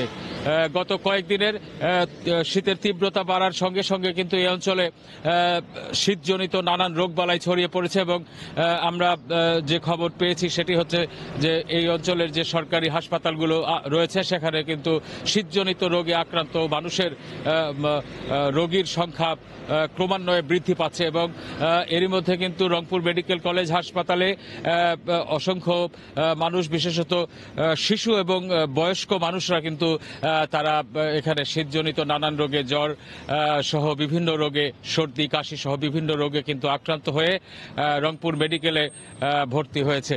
তো এই পরিস্থিতিতে তাদের চিকিৎসা ব্যাপার নিয়েও কিন্তু ভোগান্তিতে পড়তে হচ্ছে, কারণ হঠাৎ করে রোগীর চাপ, বিশেষ করে এই শীতের সময় শীতজনিত নানান রোগে আক্রান্ত হয়ে রোগীর চাপ বেড়ে যায় এবং যেহেতু করোনাকালীন সময়ের কারণে কিন্তু চিকিৎসার সেবার ক্ষেত্রে কিছুটা অব্যবস্থাপনা থাকার কারণে কিন্তু মানুষ এখানে তাদের চিকিৎসার বিষয়টিও কিন্তু সেভাবে পাচ্ছে না। চিকিৎসক সংকট সহ বিভিন্ন কারণে কিন্তু এখানে চিকিৎসার অব্যবস্থাপনাও কিছুটা থাকার কারণে মানুষের যেমন দুর্ভোগ সৃষ্টি হচ্ছে, তারা চিকিৎসাটিও সঠিকভাবে পাচ্ছে না। তো ঠাকুরগাঁয়ের খবর জানবো আমরা, এই জন্য চলে যাচ্ছি ঠাকুরগাঁয়ে। রয়েছে আমাদের সহকর্মী জিয়াউর রহমান বকুল। ধন্যবাদ রতন। আপনি যেমনটা রংপুরের এই শীতের পরিস্থিতি নিয়ে জানাচ্ছিলেন, আমরা কিন্তু আজকে সেই পরিস্থিতি নিয়ে জানানোর চেষ্টা করছি ঠাকুরগাঁ থেকে। আজকে আমি বলে রাখি যে আমরা সকালবেলা খোঁজ নিয়েছি যে আজকে সকাল ৬টায় তাপমাত্রা কত ছিল। সকাল ৬টায় তাপমাত্রা রেকর্ড করা হয়েছে এ জেলায় 11.11 সেলসিয়াস এবং হচ্ছে এই অবস্থাতে সাধারণ যে মানুষের দুর্ভোগ, সেই দুর্ভোগ কিন্তু অনেকটাই বেড়েছে। আপনারা জানেন যে গেল সপ্তাহে আবহাওয়া অফিস একটি তথ্য দিয়েছিল যে গত 12 তারিখ থেকে শৈত্যপ্রবাহ নামবে। তারপর থেকেই কিন্তু এই জেলায় আমরা লক্ষ্য করেছি যে শৈত্যপ্রবাহ বিরাজ করছে। ঘন কুয়াশার সাথে হিমেল যে বাতাস, সেই হিমেল বাতাস কিন্তু প্রবাহিত হচ্ছে। এতে করে সাধারণ মানুষের যে দুর্ভোগ, সেই দুর্ভোগ কিন্তু অনেকটাই বেড়ে গেছে। আমরা লক্ষ্য করছি যারা ছিন্নমূল মানুষ আছে, যারা খেটে খাওয়া মানুষ আছে, তাদের দুর্ভোগটা কিন্তু অনেক বেশি, কারণ তারা সকাল থেকেই কাজের সন্ধানে বাইরে বের হয়, তারপরেও কিন্তু কাজ না পেয়ে অনেকে ফিরে যায়, আবার অনেকে কিন্তু অলস সময় পার করে দীর্ঘ সময় ধরে। এই অবস্থাতে সাধারণ মানুষের যে চলাফেরা তাও কিন্তু ব্যাহত হচ্ছে। যারা ছিন্নমূল মানুষ আছে, যারা রাস্তার ধারে শুয়ে থাকে এবং প্ল্যাটফর্মে শুয়ে থাকে, তাদের কষ্টটা কিন্তু অসহনীয় দুর্ভোগ। আমরা বলতে পারি তারা বরাবরই শীত বস্ত্রের অভাবে তারা কিন্তু কষ্ট করে। এই অবস্থাতে আমরা এটিও লক্ষ্য করেছি যে সরকারের পক্ষ থেকে শীত বস্ত্র বিতরণ কিন্তু বরাবরই দেওয়া হয়, তবে যেই পরিমাণ শীত বস্ত্র বিতরণ করা হয় তা কিন্তু প্রয়োজনের তুলনায় অপ্রতুল। তবে এই অবস্থায় স্থানীয় যারা আছে, যারা সুশীল সমাজের প্রতিনিধিরা আছে, তারা বলছেন যে সমাজের বিত্তবানরা যদি এগিয়ে আসে সরকারের পাশাপাশি, তাহলে কিন্তু শীত নিবারণের অনেকটাই সহজ হবে। তো এই বিষয়ে আমরা একজন স্থানীয় এলাকাবাসীর সাথে কথা বলতে চাই যে আসলে শীতের দুর্ভোগটা কতটুকু, আপনি একটু যদি আমাদেরকে বলেন যে এই যে সাধারণ মানুষের দুর্ভোগ, এই দুর্ভোগ কি রকম দুর্ভোগের সৃষ্টি হয়? আসলে সারা দেশের তুলনায় এখানে উত্তরাঞ্চলের ঠাকুরগাঁয়ে অনেক বেশি শীত অনুভূত হয়। এটা বরাবরের মতো এবারও এর ব্যতিক্রম হয় নাই। ঠাকুরগাঁয়ে গত বেশ কয়েকদিন ধরেই প্রচণ্ড ঠান্ডা এবং শীত অনুভূত হচ্ছে, ঘন কুয়াশার সাথে হিমেল হাওয়া বইছে, যে কারণে অসহায় মানুষ, ছিন্নমূল মানুষ এবং যারা দুস্থ দরিদ্র মানুষ আছে তাদের দুর্ভোগটা অনেকাংশে বেড়েছে। সেই কারণে আসলে এখানে মানে ঠাকুরগাঁয়ে মানে আমরা যদি বলি যে মানে দুস্থ এবং দরিদ্র মানুষের যে দুর্ভোগ এবং মানে দুর্ভোগের যে চিত্র সেটি আসলে দেখা যাচ্ছে। এবং পাশাপাশি এখানে যারা একেবারেই খেটে খাওয়া মানুষ আছে তাদের দুর্ভোগটা আরও বেশি। তারা সকাল থেকে বের হয়ে কাজের জন্য অবস্থান করেন বিভিন্ন জায়গায়, কিন্তু অনেকে কাজ পান, অনেকে আবার কাজ না পেয়ে ফিরে যান। এর বাইরে যারা একেবারেই অসহায় এবং দরিদ্র মানুষ আছে তারাও আসলে মানে কাজের সন্ধানে বের হয়েও কাজ পান না, এবং অনেকাংশে হয় যে তারা কাজ না পেয়েই বাসায় ফিরে যান। এবং অনেক দরিদ্র মানুষ আছেন যারা ঠান্ডায় কষ্ট পাচ্ছেন, এবং এই অনেকের হয়তো শীত বস্ত্র কেনারও মানে সেই অর্থটা থাকে না, ফলে সেই মানুষগুলো আরও বেশি ঠান্ডায় কষ্ট পাচ্ছে। এবং এখানে ঠাকুরগাঁ জেলা প্রশাসন থেকে শুরু করে সরকারিভাবে বেশ কিছু শীতবস্ত্র বিতরণ করা হচ্ছে। কিন্তু ধন্যবাদ আপনাকে। আপনি শুনছিলেন যে একজন স্থানীয় এলাকাবাসী, তিনি কিন্তু জানাচ্ছিলেন যে ঠাকুরগাঁয়ে যে শীতের পরিস্থিতি, এই পরিস্থিতিতে কি অবস্থায় তাদের পড়তে হয়। তো ঠাকুরগাঁয়ের শীতের পরিস্থিতি নিয়ে আমরা সর্বোপরি বিষয় যেটি বলবো যে দিন যতই যাচ্ছে ততই কিন্তু শীতের তীব্রতা বাড়ছে। তো এই ছিল ঠাকুরগাঁয়ের শীতের পরিস্থিতি নিয়ে সর্বশেষ। এশা, শীতের তীব্রতার সর্বশেষ পরিস্থিতি জানাচ্ছিলেন ঠাকুরগাঁও থেকে সহকর্মী জিয়াউর রহমান বকুল, এবং এর আগে রংপুর থেকে যুক্ত ছিলেন সহকর্মী রতন সরকার। ঠাকুরগাঁওয়ে 5 শতাধিক হতদরিদ্র মানুষকে শীতবস্ত্র বিতরণ করা হয়েছে। গতকাল সকালে সদর উপজেলার জেলা স্কুল মাঠে স্বেচ্ছাসেবী সংগঠন সহায়ের উদ্যোগে শীতবস্ত্র বিতরণ করা হয়। এ সময় ছিন্নমূল ও হতদরিদ্র 5 শতাধিক নারী পুরুষকে কম্বল বিতরণ করা হয়। অনুষ্ঠানে উপজেলা প্রশাসনের কর্মকর্তা ও স্থানীয় জনপ্রতিনিধি সহ সংগঠনের নেতাকর্মীরা উপস্থিত ছিলেন।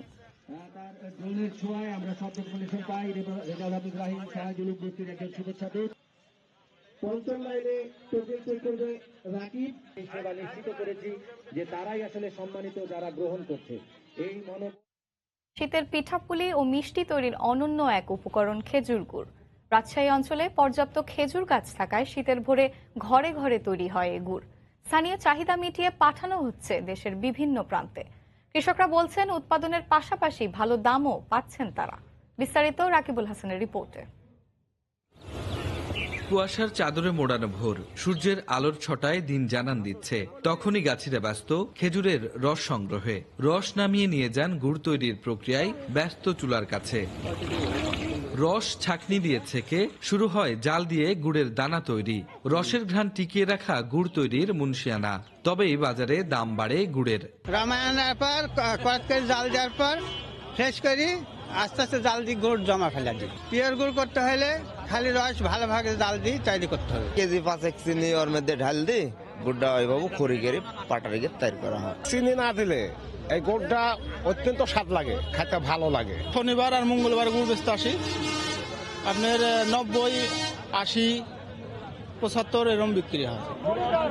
খুরি ও পাটালি আকারের গুড় জেলার চারঘাট, দুর্গাপুর, পবা, পুঠিয়া থেকে আনা হয় বানেশ্বরের হাটে। প্রতি কেজি বিক্রি হয় 65 থেকে 95 টাকা পর্যন্ত।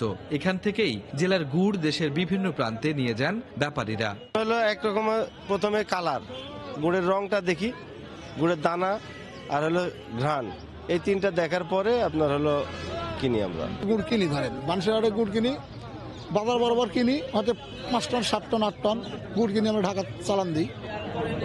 এই হাটে সপ্তাহে 2 দিন প্রায় 1.5 কোটি থেকে 2 কোটি টাকার গুড়ের বেচাকেনা হয়। ব্যাপারের জন্য ব্যবস্থা আছে, থাকার জন্য সব নিরাপত্তার ব্যবস্থা আছে, ন্যায্য মূল্যে গুড় কেনা বেচা করে। কৃষি সম্প্রসারণ অধিদপ্তর বলছে জেলায় খেজুরের গাছ আছে প্রায় 8 লাখ। এসব গাছ থেকে 8,000 মেট্রিক টন গুড় উৎপাদন হয়, যার বাজার মূল্য 60 কোটি টাকা। রাকিবুল হাসান, সময় সংবাদ, রাজশাহী।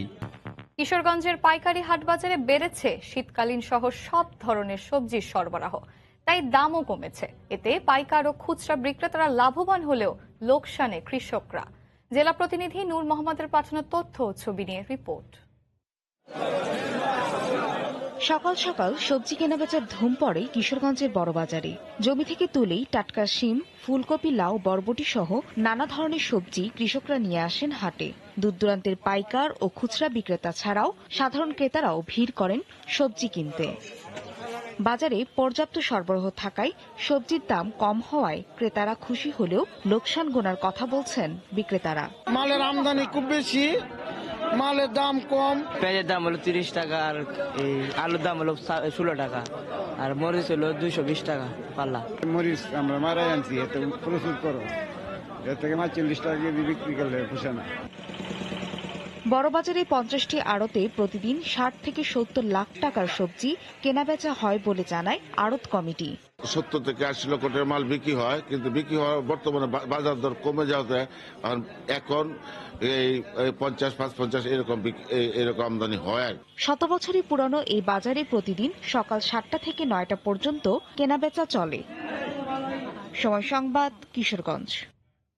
রাজশাহীর বাজারগুলোতে বেড়েছে শীতকালীন সবজির সরবরাহ, প্রকারভেদে কমেছে দামও। এই মুহূর্তে খড়খড়ি বাইপাস পাইকারি সবজির বাজারে আছেন সহকর্মী রাকিবুল হাসান। সরাসরি চলে যাচ্ছি তার কাছে। রাকিব, এশা, ধন্যবাদ আপনাকে।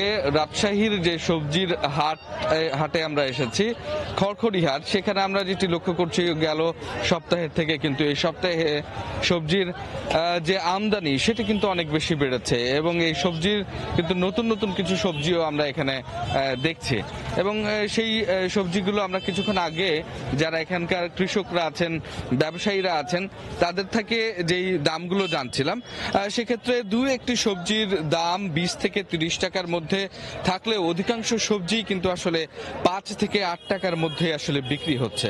এর কারণ হিসেবে ব্যবসায়ী এবং কৃষক যারা বলছেন যে আসলে আমদানি অনেক বেশি এবং শীতের ভরা মৌসুমে কিন্তু প্রত্যেকটি সবজি আসলে এখনো পর্যন্ত মাঠে আছে। সেই ফসল তুলে নিয়ে এসে সেটি যখন বাজারে প্রত্যেকেই নিয়ে আসছেন তখন সেটির সরবরাহ বাড়ছে এবং এই সরবরাহ বাড়তে থাকার কারণে কিন্তু আসলে সেটির দাম খানিকটা কম পাচ্ছেন। তবে কিছু কিছু সবজি, যে সমস্ত যদি বলি বেগুন, করলা, এই সমস্ত সবজির কিন্তু খানিকটা দাম আসলে কৃষক পাচ্ছেন এখনো পর্যন্ত। তবে শুরুর দিকে সেই দামগুলো যেমনটা ছিল সেটি কিন্তু সেখান থেকে অনেক বেশি কমে এসেছে। যেমন বেগুনের দাম যদি আমরা বলি, বেগুন 18 থেকে 20 টাকা কেজি দরে বিক্রি হচ্ছে এবং দেশি যে আলু আছে সেই আলুর দাম খানিকটা কিন্তু আসলে বাড়তি আমরা এখানে লক্ষ্য করেছি। তবে গেল সপ্তাহের থেকে সেটিও আসলে কমেছে। মিষ্টি কুমড়া 20 টাকা কেজি, ফুলকপি প্রতি পিস 5 টাকা, বাঁধাকপি 5 টাকা এবং পেঁয়াজের যে ফুল, সেই ফুলকা যেটিকে বলা হয়, সেটি 5 টাকা কেজি এবং টমেটো 17 টাকা কেজি এবং কোন ক্ষেত্রে কিন্তু আসলে যেটি খানিকটা মেডিসিন দেয়া আছে সেটি মাত্র 3 টাকা কেজি দরে আসলে বিক্রি হচ্ছে। এছাড়া অন্যান্য যে সমস্ত সবজিগুলো আছে, করলা, শসা করলা 20 টাকা থেকে 30 টাকা প্রকারভেদে এবং শসা 20 টাকা কেজি। তো আমরা যে জিনিসটি লক্ষ্য করছি যে এছাড়া লাউ 8 টাকা থেকে 7 টাকা, বেগুন 20 টাকা এবং লাল শাক 5 টাকা থেকে 8 টাকা এটির মান এবং প্রকারভেদে, এবং মূলা কিন্তু 30 টাকা পাল্লা, অর্থাৎ প্রতি 5 কেজি 30 টাকা বিক্রি হচ্ছে। ব্রোকলি বিক্রি হচ্ছে 7 টাকা করে প্রতি পিস। অর্থাৎ কৃষক এবং ব্যবসায়ী যারা আছেন তারা বলছেন যে আসলে প্রত্যেকটি সবজির দামই আসলে কমেছে। এবং এখান থেকে যদি খুচরা বাজারের কথাও বলি, খুচরা বাজারে কিন্তু দামের পার্থক্য খুব বেশি নয়, বড়জোর 3 টাকা থেকে 5 টাকা পর্যন্ত আসলে সবজির পার্থক্যের দামের পার্থক্য আছে। এবং ফেরি করে যারা বিক্রি করেন তারা বলছেন এখান থেকে কিনে নিয়ে গিয়ে যেহেতু তারা পাড়া মহল্লায় বিভিন্ন দূর দূরান্তে ঘুরে আসলে সেগুলো বিক্রি করতে হয়, সেখানে খানিকটা তাদের আসলে দামের পার্থক্য থাকে, সেটিও 10 টাকার বেশি নয়। তো সবকিছু মিলিয়ে এই যে সবজি যেগুলো উৎপাদন করছেন এখানকার কৃষকরা, তারা বরাবরই বলছেন যে আসলে তাদের সেই রকম ভাবে আসলে সবজি উৎপাদনের প্রথম 2 সপ্তাহ থেকে 3 সপ্তাহ দাম পাওয়ার পরে সেটি কিন্তু আসলে আর বেশি দাম আসলে পান না। এর পেছনে যেই কারণটি তারা বলছেন যে এখানে আসলে মজুদ বাড়ে এবং এখানে যোগান বাড়ে, সেই যোগানের তুলনায় ক্রেতার স্বল্পতা থাকে এবং ক্রেতার স্বল্পতা থাকার কারণে কিন্তু আসলে সেই দামটি আসলে তারা পাচ্ছেন না।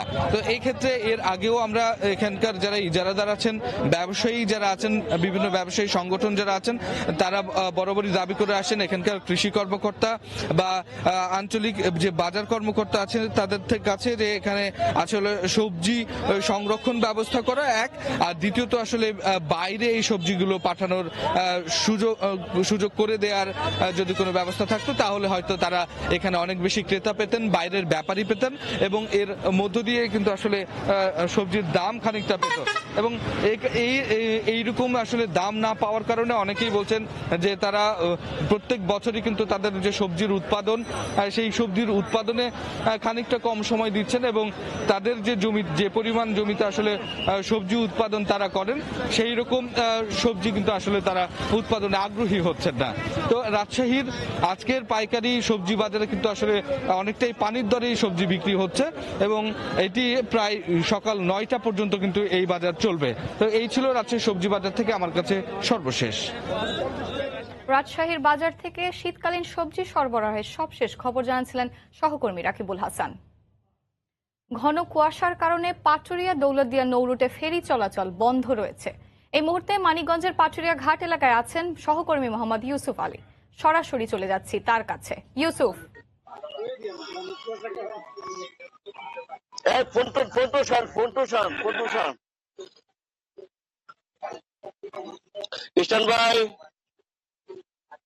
সেক্ষেত্রে কিন্তু যানজট রয়েছে। তো যাত্রীরা বলছে যে রাত 12টার পর থেকে কিন্তু আসলে ঘন কুয়াশার কারণে ফেরি চলাচল বিঘ্নিত হচ্ছিল। ঘাট কর্তৃপক্ষ আমাকে যতটুকু জানিয়েছে বলে রাত 3টার থেকে কিন্তু আসলে ফেরি চলাচল সম্পূর্ণ বন্ধ রয়েছে।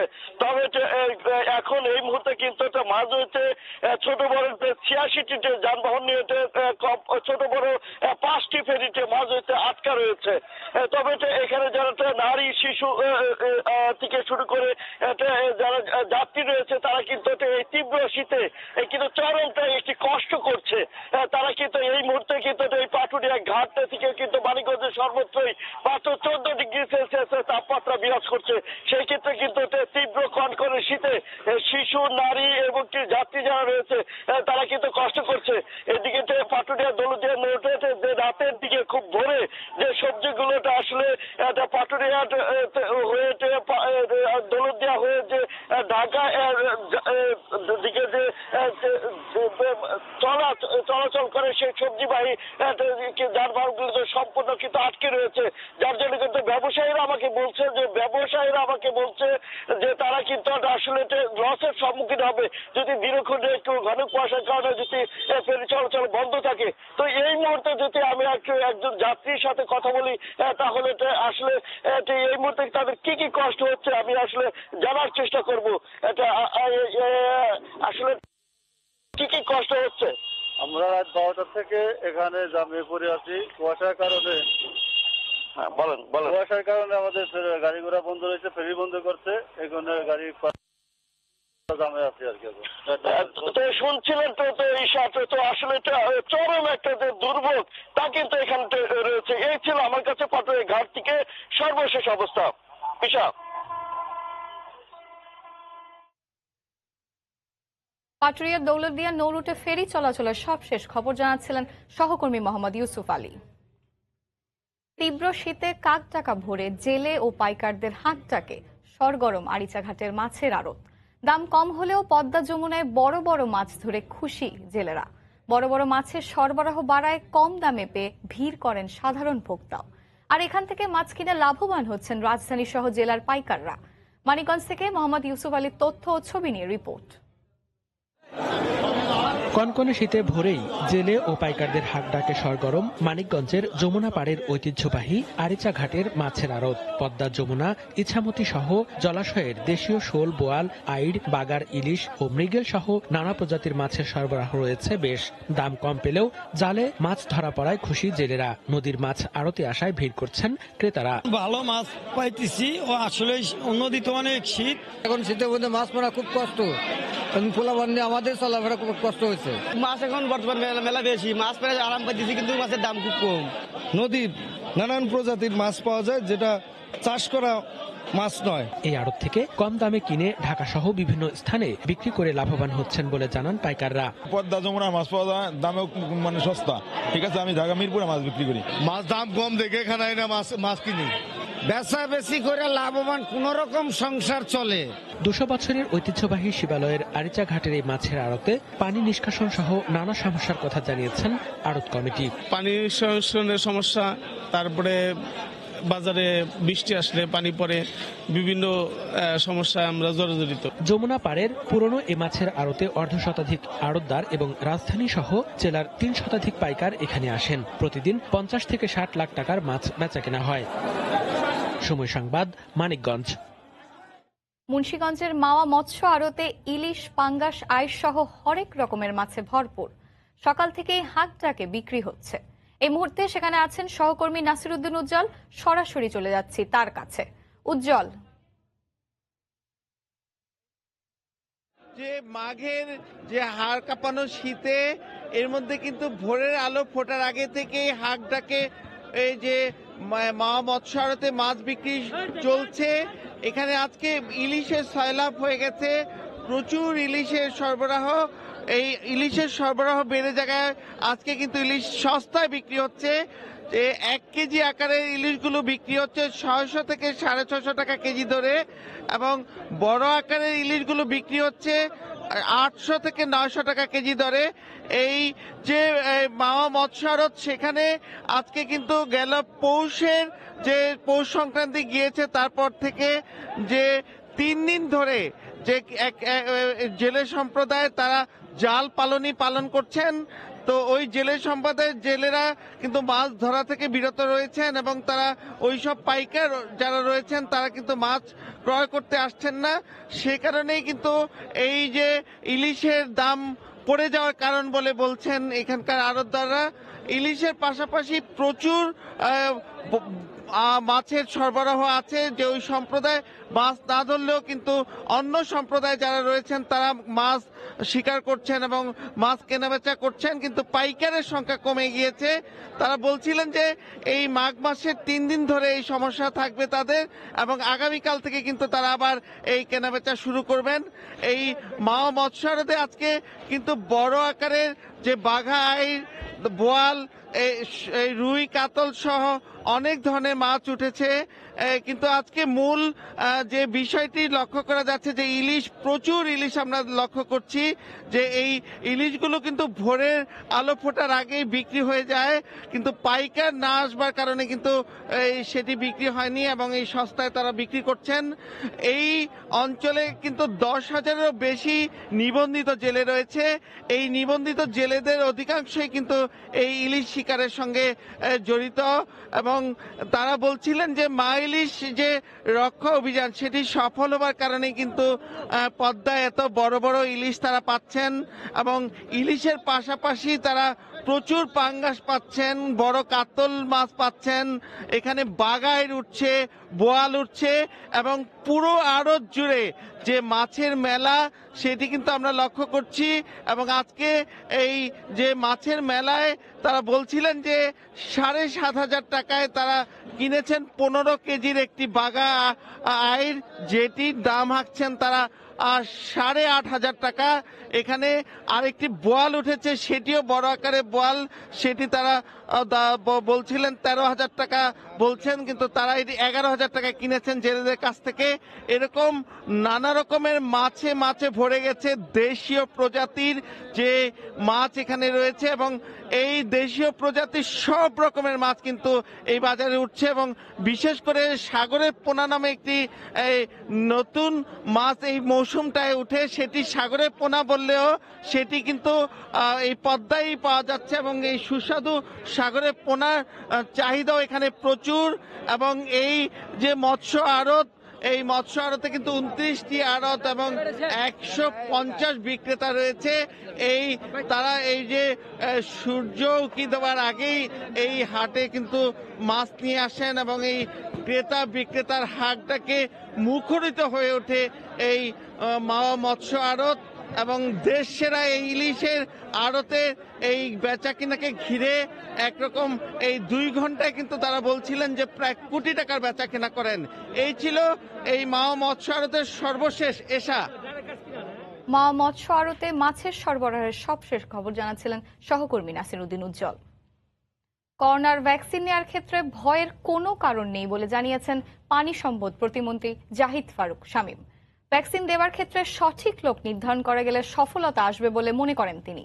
গতকাল দুপুরে বরিশাল জেলা প্রশাসকের সম্মেলন কক্ষে আয়োজিত এক সভায় এসব কথা বলেন প্রতিমন্ত্রী। ভ্যাকসিন সারা পৃথিবীতে দেওয়া হচ্ছে, ইউরোপে দেওয়া হচ্ছে, ইন্ডিয়াতে দেওয়া হচ্ছে, তার সব টেস্ট করেছে। এখানে ভয়ের কোনো কারণই নাই। ছোটখাটো দু একটা যদি এদিক ওদিক অ্যালার্জি অ্যাক্সিডেন্ট হয়, সেটা সব ক্ষেত্রেই হতে পারে, সেটা নিয়ে ভয় কথা দরকার নেই। যাদের আন্তরিকতা আছে কাজের প্রতি, এই ধরনের স্বাস্থ্য সেবা কর্মীদেরকেই পাঠাতে হবে ট্রেনিং এর জন্য।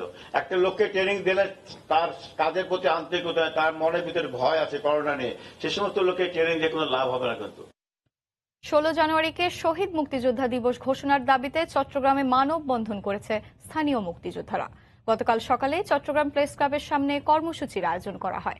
বাংলাদেশ মুক্তি সংগ্রাম ও মুক্তিযোদ্ধা গবেষণা ট্রাস্ট নামক এক সংগঠন এ সম্মেলনের আয়োজন করে। বক্তারা জানান, 1972 সালের 16 জানুয়ারি সারা দেশে মুক্তিযুদ্ধে শহীদদের স্মৃতিচারণে শোক দিবস পালন করেন বঙ্গবন্ধু শেখ মুজিবুর রহমান। এজন্য এই দিনটিকে শহীদ মুক্তিযোদ্ধা দিবস হিসেবে ঘোষণার দাবি জানান তারা। পাশাপাশি মুক্তিযোদ্ধার তালিকায় প্রকৃত মুক্তিযোদ্ধাদের নাম না হওয়ায় ক্ষোভ প্রকাশ করেন বক্তারা। নিজ দেশের নাগরিকদের পাশাপাশি প্রবাসীদেরও স্মার্ট ড্রাইভিং লাইসেন্স দেওয়ার সিদ্ধান্ত দিয়েছে কুয়েত সরকার। বিশ্বের সব দেশেই বৈধতা থাকছে এই কার্ডের। কুয়েত সরকারের যুগোপযোগী সিদ্ধান্তকে স্বাগত জানিয়েছেন প্রবাসী বাংলাদেশিরা। শরীফ মোহাম্মদ মিজানুর রহমানের তথ্য ও ছবিতে রিপোর্ট। রোববার থেকে কুয়েতের স্থানীয় নাগরিক ও প্রবাসী বাংলাদেশি সহ দেশটিতে বসবাসরত বিশ্বের বিভিন্ন দেশের অভিবাসীদের স্মার্ট ড্রাইভিং লাইসেন্স দিতে যাচ্ছে সরকার। এই ড্রাইভিং লাইসেন্স দেখিয়ে আন্তর্জাতিকভাবে বিশ্বের যে কোনো দেশে বৈধভাবে গাড়ি চালানো যাবে। স্মার্ট ড্রাইভিং লাইসেন্সটি সুরক্ষার জন্য অনলাইনে সব ধরনের তথ্য রাখা হবে। এছাড়া জালিয়াতি ঠেকাতে নেওয়া হয়েছে বাড়তি নিরাপত্তা ব্যবস্থা। কুয়েত সরকারের এই সিদ্ধান্তকে স্বাগত জানিয়েছেন প্রবাসী বাংলাদেশিরা। বাংলাদেশের জন্য যে স্মার্ট ল্যান্ড বা সব দেশের সবার জন্য যে স্মার্ট লাইসেন্স বানাচ্ছে, এটার জন্য তার জন্য অনেক ধন্যবাদ জানাচ্ছি। যে ড্রাইভিং লাইসেন্স কুয়েত সরকার ইস্যু করতে যাচ্ছে, ওই ড্রাইভিং লাইসেন্স সারা ওয়ার্ল্ডের সব দেশেই গ্রহণযোগ্যতা পাবে। আপনারা আপনাদের লাইসেন্সটা এখন যখন রিনিউ করতে যাবেন মোড়লে, তখন একটা স্মার্ট কার্ড হিসেবে নিয়ে নেবেন। উন্নত মানের প্রযুক্তির মাধ্যমে স্মার্ট কার্ডটি তৈরি করা হলেও বাড়ানো হয়নি ফি। সময় সংবাদ, কাতার। জার্মানির ক্ষমতাসীন সরকারের বড় শরিক দল ক্রিশ্চিয়ান ডেমোক্রেটিক ইউনিয়ন CDU এর সভাপতি নির্বাচিত হয়েছে দেশটির নর্থ রাইন ওয়েস্টফালেনের অঙ্গরাজ্যের মিনিস্টার প্রেসিডেন্ট আর্মিন লাসেট। এই জয়ে দেশটির বর্তমান চ্যান্সেলর মার্কেলার স্থলাভিষিক্ত হওয়ার পথ আরও মসৃণ হল লাসেটের। জার্মানি থেকে বিস্তারিত জানাচ্ছেন সহকর্মী বিটু বড়ুয়া। জার্মানির রাজনীতির অন্যতম প্রধান দল ক্রিশ্চিয়ান গণতান্ত্রিক ইউনিয়নের কাউন্সিলে দলের সদস্যদের ডিজিটাল ভোটাভুটিতে নতুন সভাপতি হিসেবে নির্বাচিত হয়েছেন দেশটির নর্থ রাইন ওয়েস্টফালেন অঙ্গরাজ্যের মিনিস্টার প্রেসিডেন্ট আর্মিন লাশেট। শনিবার প্রথম পর্যায়ের ভোটে তার অপর দুই প্রতিদ্বন্দ্বী ফ্রেডরিক ম্যার্জ এবং নোরবার্ট রয়েটকেনের মধ্যে হাড্ডাহাড্ডির লড়াইয়ে কেউ সংখ্যাগরিষ্ঠতা না পাওয়ায় দ্বিতীয় দফায় ভোট গ্রহণ অনুষ্ঠিত হয়। এতে দলের ডেলিগেটসদের ভোটে 521 ভোট পেয়ে নির্বাচিত হন লাশেট। তার নিকটতম প্রতিদ্বন্দ্বী ফ্রেডরিক ম্যার্জ পান 466 ভোট। জয়ী ঘোষণার পরপরই নিজের এবং বিরোধী দলের সবাইকে সঙ্গে নিয়ে জার্মানির উন্নয়নে অগ্রণী ভূমিকা রাখার আশা প্রকাশ করেন লাশেট।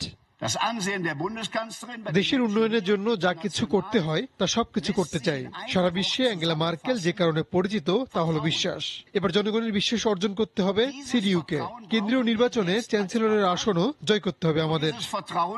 লাশেটের এমন সাফল্যে অভিনন্দন জানিয়েছেন চ্যান্সেলর ম্যার্কেল সহ দেশটির বিশিষ্ট রাজনীতিকরা। কিন্তু এমন জয়ে দেশের মানুষের কোনো উন্নতি হবে না, বরং ম্যার্কেলের স্বৈরাচারী রাজনীতিকে জিইয়ে রাখবে বলে অভিযোগ দেশটির অন্যতম প্রধান বিরোধী দুই রাজনৈতিক দলের নেতাদের।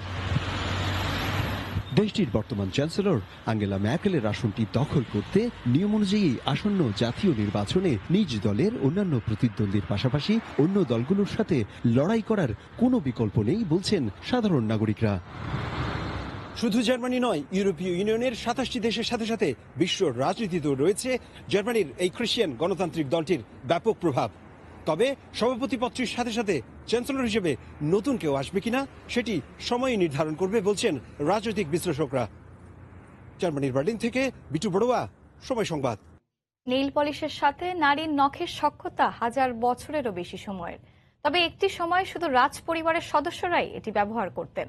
শুরুতে দু রঙের থাকলেও আধুনিক যুগে নারীর নখ রাঙাতে নানা রঙের নেইল পলিশ দেখা যায় এখন শপিং মলে। এই নেইল পলিশ নিয়ে মজার কিছু তথ্য জানবো সুয়েজ জুয়েলের রিপোর্টে। নারীর নখ নিয়ে মধ্যযুগীয় কবি ভারতচন্দ্র রায়গুনকার লিখেছিলেন, শরতের চাঁদ পরে থাকে তার প্রেয়সীর নখের কাছে। সেই নখ সাজানোর জন্য দীর্ঘকাল ধরেই নারীদের কাছে জনপ্রিয় নেইল পলিশ। প্রাচীন চীনের চৌরাজ বংশের সদস্যরা খ্রিস্টপূর্ব 3000 সালের দিকে নেইল পলিশ প্রথম ব্যবহার শুরু করেন। তখন সোনালী ও রূপালী রঙের মাঝেই সীমাবদ্ধ ছিল। এরও অনেক পরে 1644 সালের দিকে মিং রাজবংশ মোম, ডিমের সাদা অংশ, জীবজন্তুর হাড়, বাবলা গাছের আঠা সহ নানা ধরনের উদ্ভিদ থেকে তৈরি করত নখ রাঙানোর প্রাকৃতিক রং। মূলত সে থেকেই নেইল পলিশে নানা রঙের প্রচলন শুরু। আধুনিক যুগের নারীদের নখের যত্ন বেড়ে যাওয়ায় নখ পরিচর্যা ও নেইল পলিশ লাগানোর ব্যবসা এখন বেশ জমজমাট। তাই গড়ে উঠেছে নেইল বারও। জনপ্রিয় হয়ে উঠেছে নেইল আর্ট করা কৃত্রিম নখও। 13 ধরনের নেইল পলিশে আধুনিকতার ছোঁয়া দিতে রিমেল, রেবলন, মাইমুট, বেরিম, সেলি হ্যামসন সহ নামি দামি ব্র্যান্ডের নেইল পলিশ রয়েছে নখ সাজাতে।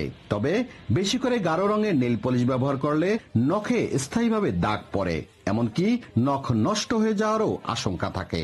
তাই গাঢ় রঙের নেইল পলিশ হলে একবারে বেশি প্রলেপ দেওয়া থেকে বিরত থাকতে পরামর্শ দেন বিশ্লেষকরা। সৈয়দ জুয়েল, সময় সংবাদ, আয়ারল্যান্ড। খেলার খবর। কোনো চমক ছাড়াই ঘোষিত হলো উইন্ডিজের বিপক্ষে বাংলাদেশের 18 সদস্যের ওয়ানডে স্কোয়াড। অনুমিতভাবেই প্রথম অ্যাসাইনমেন্টে সাকিব আল হাসানকে দলে পেলেন অধিনায়ক তামিম ইকবাল। আর প্রস্তুতি ম্যাচ এবং ঘরোয়া ক্রিকেটে পারফরমেন্সের পুরস্কার পেলেন অনূর্ধ্ব-19 বিশ্বকাপ জয়ী পেসার শরীফুল ইসলাম। দলে ওয়ানডে খেলেনি এমন ক্রিকেটার আছেন আরও দুজন, হাসান মাহমুদ এবং শেখ মেহেদী হাসান। ঢাক ঢাক গুড়গুড়, কি হবে কি হবে, কে থাকবে দলে আর কে বাদ পড়বে। কদিন ধরেই এমন আলোচনা মিরপুরের হোম অফ ক্রিকেটে। বিভিন্ন মহল থেকে শোনা যাচ্ছিল নানা গুঞ্জন। অবশেষে বিকেএসপিতে দ্বিতীয় প্রস্তুতি ম্যাচের ফল আসার আগেই তার বার্তায় চলে আসলো 18 সদস্যের বাংলাদেশ দল। অনুমিতভাবেই সেখানে অধিনায়কের গুরু দায়িত্বটা সামলাবেন তামিম ইকবাল খান। তার সঙ্গে ওপেনিং এ আছেন লিটন এবং সৌম্য। ওয়ান ডাউনে সাকিব আল হাসানকেই দেখা যাবে হয়তো, নইলে নাজমুল শান্ত তো আছেনই। মিডল অর্ডার সামলাবেন মুশিরিয়াদ, আর তাদের সঙ্গে থাকবেন মিঠুন আফিফ। অলরাউন্ডার কোটায় আছেন সাইফুদ্দিন, মেহেদী মিরাজ এবং শেখ মেহেদী। স্পিনে আছেন অভিজ্ঞ তাইজুল ইসলাম। পেস অ্যাটাকে মুস্তাফিজ রুবেলের অভিজ্ঞতার সঙ্গে থাকবে আনকোরা শরীফুল এবং হাসান মাহমুদ। ইনজুরির কারণে আপাতত বিশ্রামে থাকলেও দলে জায়গা পেয়েছেন আরেক পেসার তাসকিন আহমেদও। কে কখন অসুস্থ হয় এই চিন্তা রেখে কিন্তু একটা স্কোয়াডটা বড় করেছে, বাট এখানে কম্বিনেশনটা সব দিক থেকে রাখা হয়েছে, পেস বোলিং স্পিনিং সব কম্বিনেশন রেখে যখন যে প্ল্যানটা দরকার হবে, যে ম্যাচটা ওটাই ইউটিলাইজ করা হবে। চিন্তায় আরো ক্রিকেটারের নাম থাকলেও 2023 বিশ্বকাপকে অগ্রাধিকার দিয়ে দল ঘোষণা করেছেন নির্বাচকরা, তাই খুব বেশি পরীক্ষা নিরীক্ষায় না যেয়ে অভিজ্ঞতাকেই মূল্যায়ন করেছেন সাবেক দুই অধিনায়ক। আনক্যাপ 3 জনকে আমরা দিয়েছি, যেটা আমাদের প্ল্যানের, এটা এই সিরিজ থেকে আমরা শুরু করছি এবং ওদেরকে তৈরি করা, আমাদের টিম ম্যানেজমেন্টের সাথে কাজ করা, এই জন্য ওদেরকে রাখা হয়েছে 3টা আনক্যাপ প্লেয়ার। আসছে বুধবার মিরপুরে প্রথম ওয়ানডেতে উইন্ডিজের মুখোমুখি হবে বাংলাদেশ। নিয়ন মোহাইমিন, সময় সংবাদ। ইয়ামাহা রাইডার্স ক্লাবের আয়োজনে ব্যাডমিন্টন ফেস্টিভ্যালের ফাইনালে জয়ী হয়েছে রাজশাহী জেলা। ফাইনালে ময়মনসিংহ জেলাকে হারিয়ে চ্যাম্পিয়ন হয়েছে তারা। এর আগে সারা দেশের বিভিন্ন রাইডার্স ক্লাব থেকে 220 জন প্রতিযোগীকে নিয়ে টুর্নামেন্টে শুরু করে ওয়াইআরসি। ক্লাবের সদস্যদের পাশাপাশি টুর্নামেন্টের প্রধান অতিথি হিসাবে যোগ দেন এসিআই মোটরসের নির্বাহী পরিচালক সুব্রত রঞ্জন দাস। দেশের সবচেয়ে বড় বাইকিং কমিউনিটির উদ্যোগে বিভিন্ন সময় সমাজসেবা ও বিনোদনধর্মী কাজে অংশগ্রহণ করে থাকে এসিআই গ্রুপ।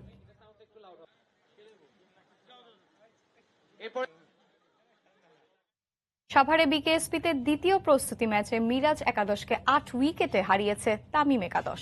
প্রথমে ব্যাট করে নির্ধারিত 45 ওভারে সাকিব নাইমের 50-তে 7 উইকেটে 223 রান করে রিয়াদ বাহিনী।